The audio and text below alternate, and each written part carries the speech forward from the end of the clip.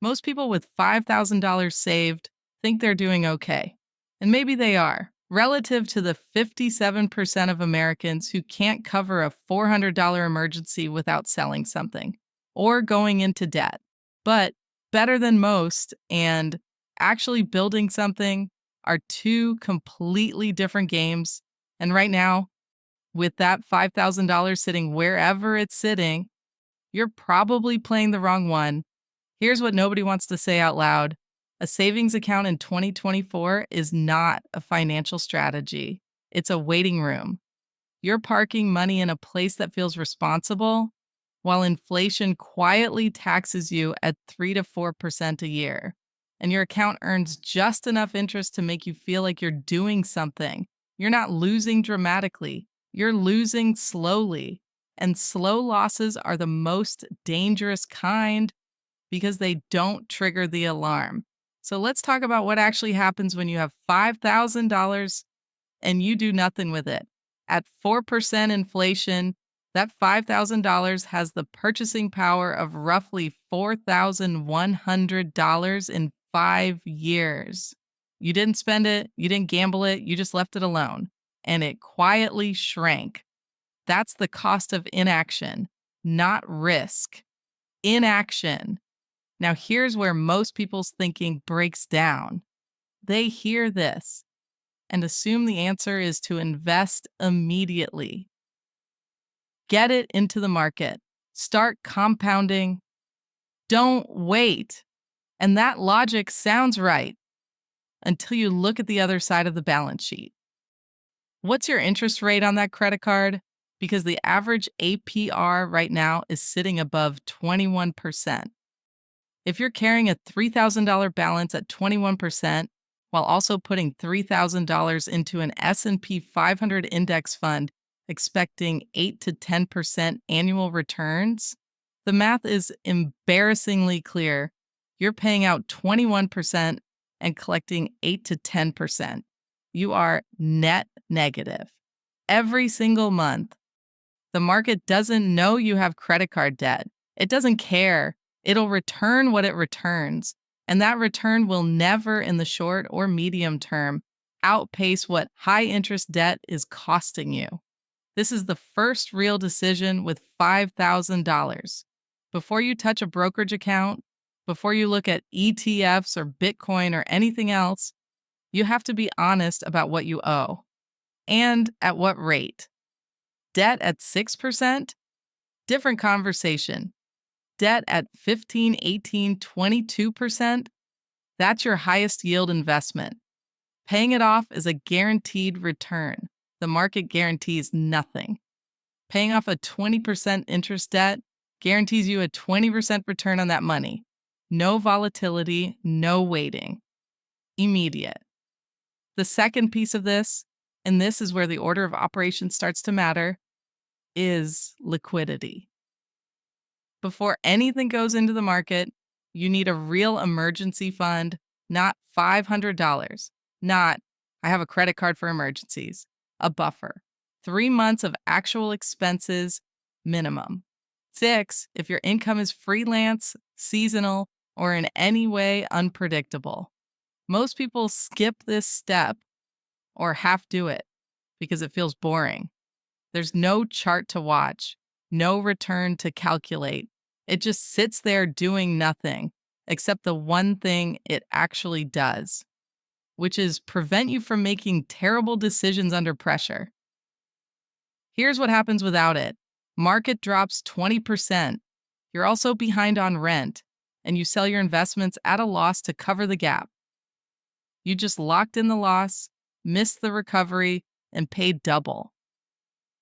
The emergency fund isn't a drag on your wealth building. It's the foundation that makes wealth building sustainable. Without it, you're one bad month away from undoing everything.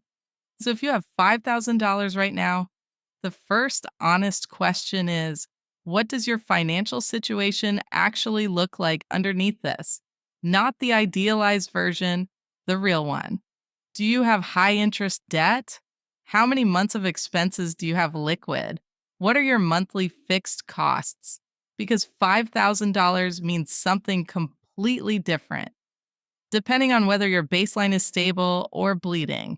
If you have $4,000 in credit card debt at 22% and $1,000 in savings, the move is not to invest.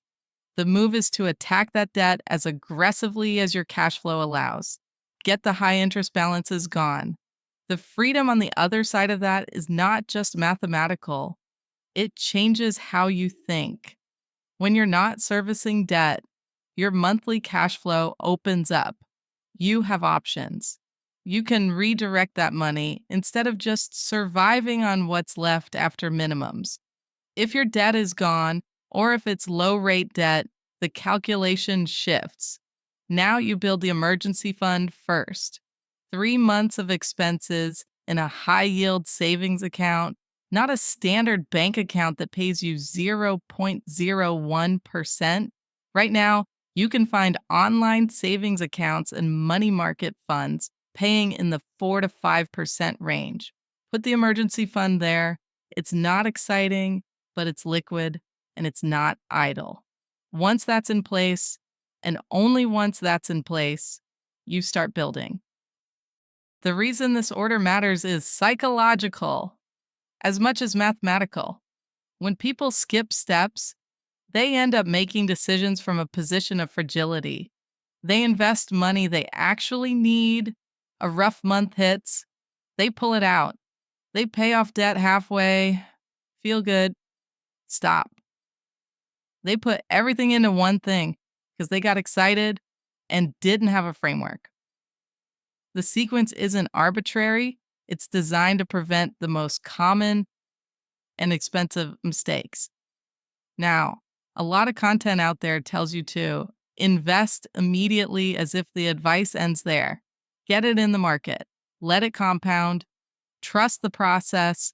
That's not wrong, but it's also not complete because what you invest in, how much you put in relative to your income, and what you do or don't do in the months that follow matters just as much as the decision to invest at all. If this is hitting differently than the usual finance content, if it's making you rethink the order you've been approaching this, that's the point.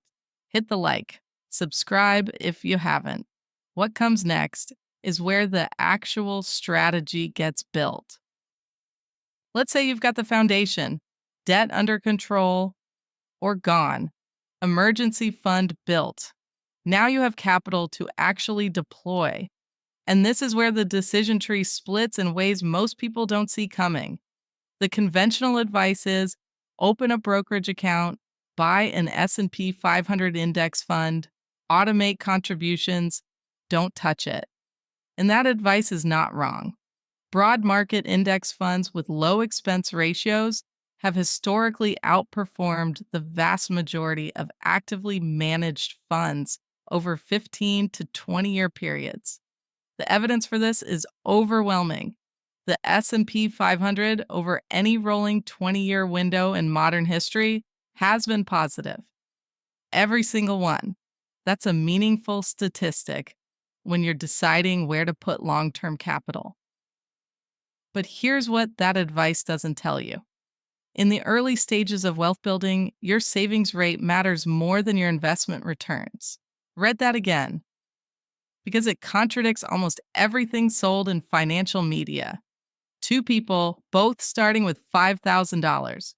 One earns $55,000 a year, lives carefully, invests 20% of take home every month, call it $700.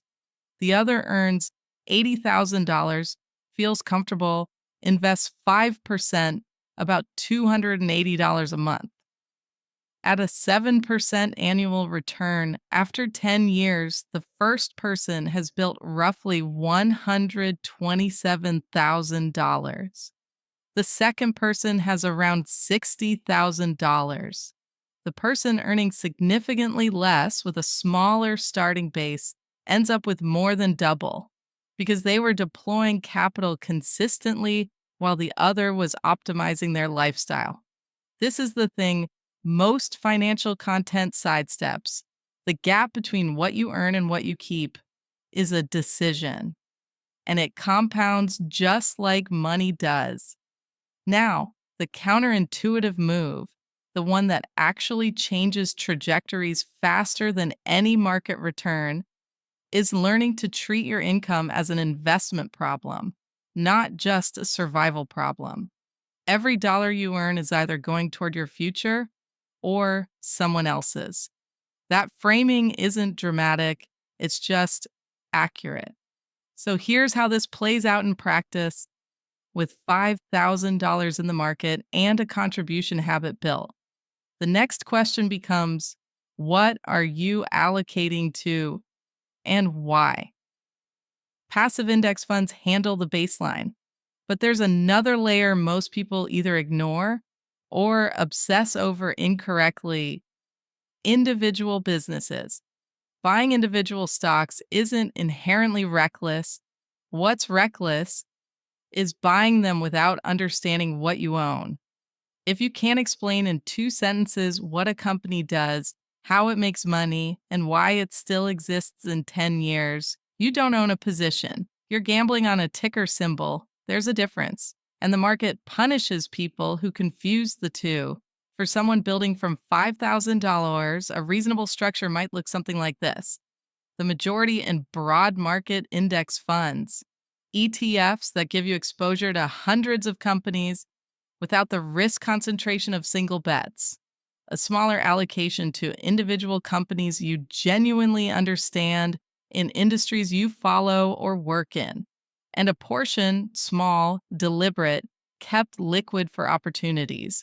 Not because you're trying to time the market, but because markets occasionally give you entry points that feel like gifts. And having dry powder matters. Here's the psychological piece no one wants to talk about. You will watch your portfolio drop. It's not a possibility, it's a certainty. At some point, whatever you put in will be worth less than what you paid, and the instinct will be to do something. Sell to stop the bleeding, move to cash, wait until things stabilize. Every one of those moves locks in a loss and removes you from the recovery. The investors who consistently win over long periods aren't smarter than everyone else. They just have a better relationship with discomfort. They've internalized that volatility is not the same as permanent loss, and that the market's recovery has historically followed every downturn. The people who panic sell in a crash and miss the first 20 days of recovery, miss the majority of the long-term return. Not the majority of one recovery, the majority of the entire long-term return compounded. Missing those days repeatedly is the difference between building wealth and spending your life breaking even. One more thing, and this one is underrated: income is not fixed. It's a variable you have more control over than most people allow themselves to believe. The fastest way to accelerate everything described above is not to find a better ETF, it's to increase what's available to invest. That looks different for different people. For some, it's a skill set, learning something adjacent to what you already do that commands a premium. Data skills, sales ability, the ability to communicate technical things clearly. Rare combinations get paid more than common single skills. For others, it's a second income stream. Not a fantasy passive income play, a real one: service, product, skills-based work that generates actual cash. Even $400 to $600 a month redirected into investments changes the long-term math dramatically. The compounding doesn't care where the money came from. What all of this points to: the debt decision, the emergency fund, the investment structure, the income equation, is that $5,000 is really just a prompt. It's the universe asking you a question. What kind of financial decision maker are you going to be from this point forward? Because the number itself doesn't change your life. The system you build around it does.